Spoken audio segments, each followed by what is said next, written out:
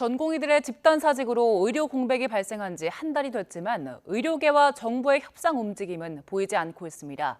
20개 의대 교수들이 다음 주 사직서를 내기로 뜻을 모으면서 환자들의 불안은 커지고 있는데요. 정부는 내일 의대 정원 배정 결과를 발표할 걸로 보입니다. 취재기자 연결합니다. 김혜은 기자. 네, 사회정책부입니다. 네, 의료 공백 사태가 한 달째인데 교수들이 다음 주 사직서를 내기로 했는데 정부는 어떤 입장을 보였습니까? 네, 정부는 전공의가 병원을 비운 지 한 달이 됐는데 교수들마저 사직을 논의하고 있는 상황이 유감이라고 밝혔습니다. 그러면서 국민의 존경을 받아온 의대 교수들이 국민 생명을 위태롭게 하는 방식으로 뜻을 관철하려 하는 모습에 국민이 분노하고 있다고 비판을 이어갔습니다. 의대 교수들이 사직서를 걸고 막판 협상을 압박하는 모습이지만 정부 역시 단호한 모습입니다.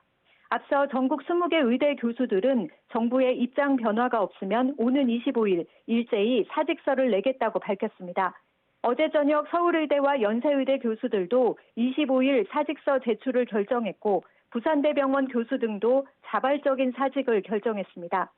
일단 의대 교수들은 사직서를 내더라도 수리가 완료되기 전까지는 진료 현장을 지키겠다는 입장입니다. 하지만 의료진의 상태를 고려해 외래 진료 등을 축소, 개편할 수밖에 없다고 밝힌 만큼 진료 차질이 더 심해질 우려가 나오고 있습니다. 정부는 다음 주 공보위와 군의관 250명을 추가로 투입하는 방안을 검토하고 있습니다. 특히 전문의 자격을 갖춘 군의관을 1차 때보다 더 많이 투입해서 상급 종합병원의 의료 공백을 메운다는 계획입니다.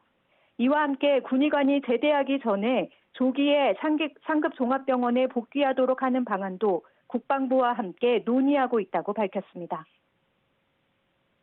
네, 이런 상황에서 정부가 내일 의대 정원 배정 결과를 발표한다고요?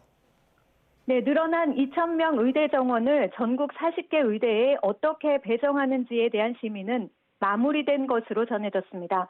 정부는 내일쯤 정원 배정 결과를 발표할 것으로 보이는데 한덕수 국무총리가 의대 증원 필요성을 강조한 대국민 담화를 발표하고 이주호 교육부 장관이 배정 결과를 밝힐 것으로 보입니다. 2,000명 정원은 비수도권 의대의 80% 정도 대폭 배정할 것으로 전망됩니다. 의대 정원 배정이 확정되면 수험생과 학부모까지 연관되는 사안이기 때문에 사실상 돌이킬 수 없을 것으로 보입니다.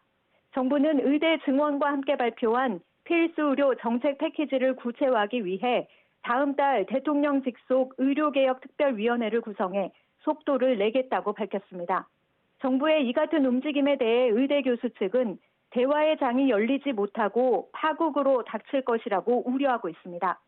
정부는 의료 공백 사태가 불거진 지난 한 달 동안 병원장들과 의대 교수협의회, 학계 등 의료계와 40차례 정도 소통을 이어왔다고 밝혔습니다.